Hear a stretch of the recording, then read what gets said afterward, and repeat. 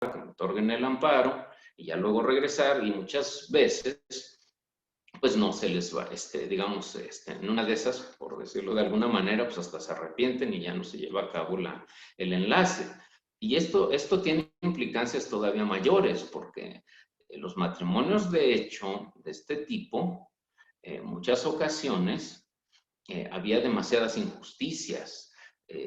Ambos cónyuges, ya sean varones o mujeres y varones, pues obtenían un patrimonio sólido que lo iban edificando entre los dos, o tal vez uno de ellos o de ellas era el proveedor, pero pues como tenían una unión de hecho que no se reconocía ni siquiera a un nivel de concubinato, cuando alguno de ellos fallecía, resulta que quien fungía, vamos a decirlo así, con la calidad de cónyuge supérstite, pues no tenía derecho a heredar. Y entonces hubo casos donde el cónyuge o la cónyuge supérstite quedaron en la calle, porque ¿quién heredaba? Los familiares del decuyus. Pero a su pareja, por ser del mismo sexo, no se le consideraba como tal, y por tanto, pues muchas veces se quedaron en la calle. Por eso es que me pareció atinado el que se pudiera aplicar el control difuso de la constitucionalidad en este tipo de casos. Al final del día, el control difuso de la constitucionalidad debe también hacerse en sede administrativa.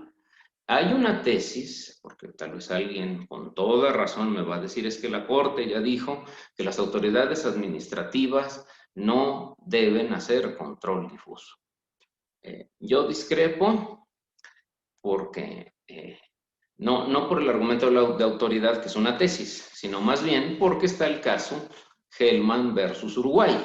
El caso Hellman versus Uruguay amplía el espectro de protección de la tutela judicial efectiva en cuanto al control difuso de la convencionalidad de las normas a las autoridades administrativas.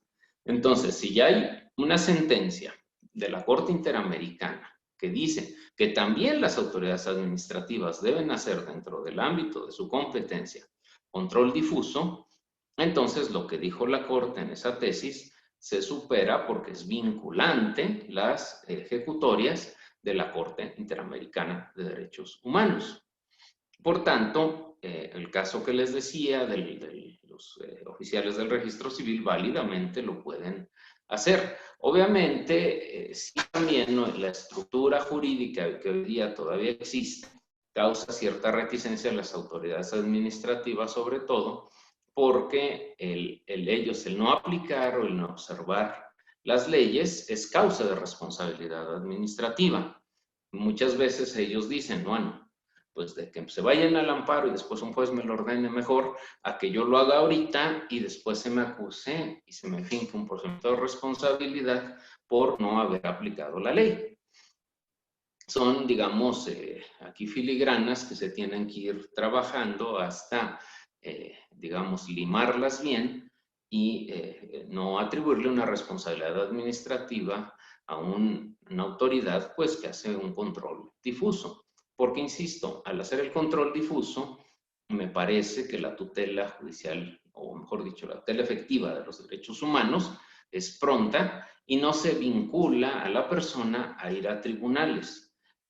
E insisto, no es que yo esté en contra de que la persona vaya a los tribunales, tiene todo el derecho a hacerlo, pero si que de verdad queremos que los derechos humanos sean efectivos y digamos, se sienta, ¿verdad?, esa tutela de una manera rápida, pues desde que está el problema se debe hacer.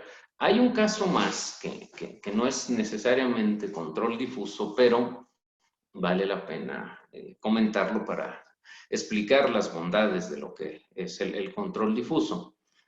En una universidad pública, uno de los requisitos para ser rector era no tener más de 60 años, creo, 65, no me hagan caso, soy muy malo para los números, pero hay un límite de edad. Hubo una persona que aspiraba a ser rector, pero que ya tenía más edad. ¿Qué hicieron en la institución pública?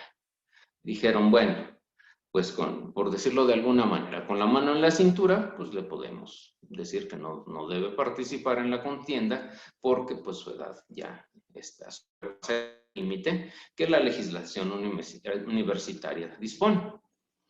Pero de una manera, me parece, proactiva, una manera pues de tutela de derechos humanos de esa persona, pues hacen una interpretación de la norma y dicen, bueno, en principio esta no es una norma restrictiva, no es una norma discriminatoria por la edad, sino que lo que el Consejo Universitario en su momento pensó en relación al cargo de rector, bueno, es que una persona, pensemos, mayor de 65 años, pues ya no tiene la energía necesaria, tal vez su capacidad cognitiva está viniendo a menos, etcétera. Entonces es una norma no restrictiva, sino es una norma de protección. ¿Por qué? Porque el sistema de elección de la universidad no es, en principio, de que alguien que quiera ser director, rector, o los cargos que existen de elección en las universidades, en principio es una auscultación a la comunidad. Entonces es posible que lleguen algunos simpatizantes de alguna persona y digan, nosotros queremos que sea rector Juan Pérez. Ah, pero resulta que Juan Pérez tiene más de 65 años. Entonces Juan Pérez, al haber sido digamos, propuesto por la comunidad en este proceso de auscultación, puede acogerse a la protección de esa norma y decir, yo tengo más de 65 años, me siento cansado, no quiero tener una responsabilidad tan grande como la de ser rector, les agradezco mucho y me acojo a la norma de protección. Pero si esa persona es como se dice, nominada por la comunidad universitaria y se siente con la capacidad y la energía necesaria, bueno, entonces se le permita participar porque no es una norma restrictiva, sino una norma de protección. Con esto, ¿qué pasó? Se le dejó participar a esta persona como candidato a rector y no implicó, pues, que se le vinculara a ese caso, a irse al amparo y quizás, como pasó en otro caso, en la Facultad de Derecho, pues que con motivo de un amparo se suspendió la elección para director y tuvo que nombrarse director interino y se hizo un merequetengue. Creo que si vamos avanzando en esta idea de, pues si la norma es inconstitucional, pues la inaplico, le respeto el derecho a la persona y tenemos, ¿verdad?, un resultado más rápido de la tutela de derechos humanos que constriñendo a la persona a acudir a la garantía por excelencia, que es el amparo, que vuelvo a insistir, no es un recurso rápido y sobre todo en materia de normas no es sencillo y a veces pues no es efectivo. Entonces, si hay algo técnico en el amparo es el amparo contra normas. Eso aleja la justicia de las personas pues que no tienen posibilidades de contratar un abogado avesado en materia de constitucionalidad de normas y tal vez tiene razón, pero pues ante el desconocimiento de la técnica del amparo probablemente pues no llegue a buen puerto. En cambio, en esta obligación que tienen todas las autoridades de hacer un control ex oficio, que eso lo cité pero no lo expliqué y ahora lo hago, el control ex oficio, pues como su nombre lo dice, es en razón del oficio. El juez, ¿por qué en razón del oficio, o en todo caso la autoridad que es abogado, en razón de su oficio debe hacer este control? Bueno, pues porque a eso se dedica. En razón de su oficio le podemos pedir a un carpintero pues que haga sillas, que haga puertas, todo lo que es de madera, vamos a decirlo así. A un juez, ¿qué le vamos a pedir en razón de su oficio? Pues que haga un control de las normas que va a aplicar y se estima que contraviene alguna de ellas la Constitución, la inaplique y no vulnere los derechos humanos de esa persona en ese proceso, en ese procedimiento administrativo, trámite o cualquier otro supuesto, pues donde implique la aplicación de normas claramente inconstitucionales. Entonces, por eso es que pues yo me he referido a que me parece muy interesante y además pertinente, pues que exista como les diré, un hambre por parte de los operadores jurídicos en sede constitucional, sobre todo cuando actúan en proceso, sería una jurisdicción común, en sede judicial, todos los juzgados, en sede jurisdiccional, los tribunales contenciosos, los tribunales agrarios, pues que vayan, ¿verdad? Viendo que si esas normas son inconstitucionales, pues se abstengan de aplicarlas y no, digamos, postergar esta cuestión a que se vayan al amparo, porque muchas veces en el amparo, pues no se va a, si no se promueve como debe ser, entonces este amparo puede llegar al fracaso y a veces es una pena que alguien que tenga la razón, pues no la obtenga por un planteamiento que no es el técnico en materia de constitucionalidad de normas, porque el amparo, pues sí, tiene un alto grado de especialidad, sobre todo en normas, y que muchas veces, hasta la gente que hemos trabajado en el Poder Judicial de la Federación, pues nos ha costado trabajo el irlas entendiendo. Yo siempre he pensado que el amparo son reglas, excepciones a la regla y excepciones a la excepción de la regla. Hay muchos casos donde, pues sí, hay una regla, pero tiene sus excepciones y luego esa excepción también tiene otra. Es para mí una cuestión que me preocupa porque muchas veces en asuntos que yo he tenido, a veces la mala fortuna, yo diría, de proyectar, diciendo, híjole, pues hubieran dicho esto, hubieran impugnado la norma, pues hubieran ganado. Pero bueno, hay un desconocimiento en cuanto a esto, y pues pobre persona, pues ya perdió su casa, ya perdió su patrimonio, o inclusive pues ya se va a tener que estar restringido su libertad personal un buen rato porque no se planteó bien el amparo ya en un control que entenderíamos en México, como les decía, concentrado. No porque solamente un solo órgano conozca de esto, sino todo lo que es el Poder Judicial en la jurisdicción del amparo. Y dicho sea lo cual, en razón del tiempo, creo que hasta aquí me quedo y estoy a sus órdenes para las inquietudes, preguntas, quejas, etcétera, que tengan. Doctor, pues muchísimas gracias por su participación y claro, daremos un breve espacio a preguntas. Esto, sin embargo, lo haremos al final, después de la participación del maestro Arturo, que ya viene a continuación. Por cuestiones de tiempo vamos a darle lugar a que él también comparta y pues me permito presentar una pequeña semblanza del maestro Arturo Nicolás Baltasar.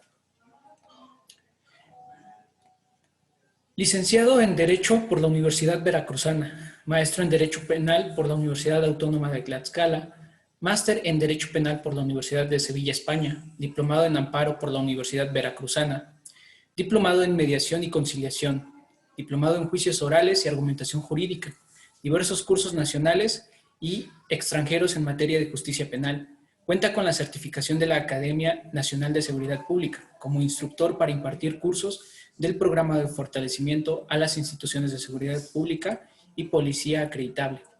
Coautor del libro Los principios rectores del sistema acusatorio, análisis sistemático.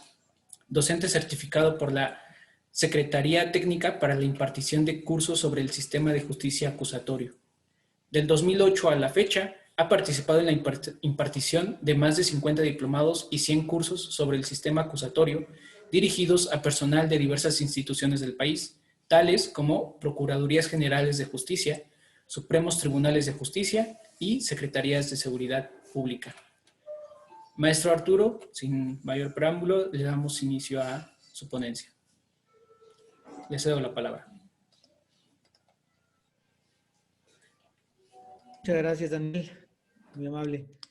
Antes que nada, igual agradecer a mi estimado amigo y compañero de butaca, el maestro Ricardo Baquier, ahorita recordando aquellas épocas de estudiante, todo lo que vivimos, ya mejor ahí le paro.